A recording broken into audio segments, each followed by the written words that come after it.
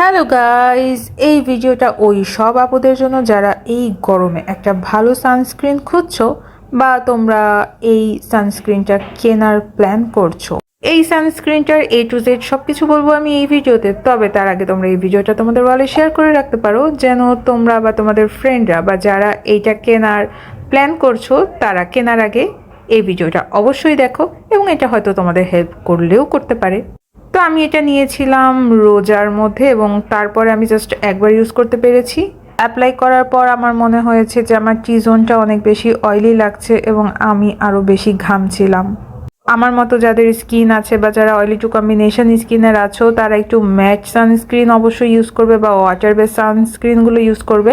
এইটা কিন্তু water base না, এটা হচ্ছে ড্রাই স্কিনের জন্য বেস্ট একটা সানস্ক্রিন হবে এবং একদম লোয়েস্ট বাজেটের মধ্যে, স্টুডেন্ট বাজেটের মধ্যে ভালো একটা সানস্ক্রিন হবে।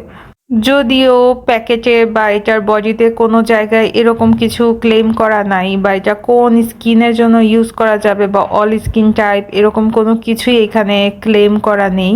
তোমাদের সুবিধার্থে আমি আমার হাতের এই পাশটাতে ইউজ করে দেখাচ্ছি, যদিও হয়তো তোমরা ভালো একটা রেজাল্ট পাচ্ছ না, কারণ আমার এই পাশটাতে পশম ছিল।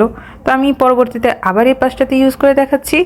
তোমরা দেখতে পাচ্ছ খুব সুন্দর একটা গ্লোই ইফেক্ট দিচ্ছে এবং ইনস্ট্যান্ট একটা ব্রাইটেনিং টোন দিচ্ছে। তো এই ভিডিওটা এতটুকুই ছিল। এরকম ভিডিও যদি তোমরা আরও পেতে চাও তাহলে লাইক দিয়ে সাথে থাকো।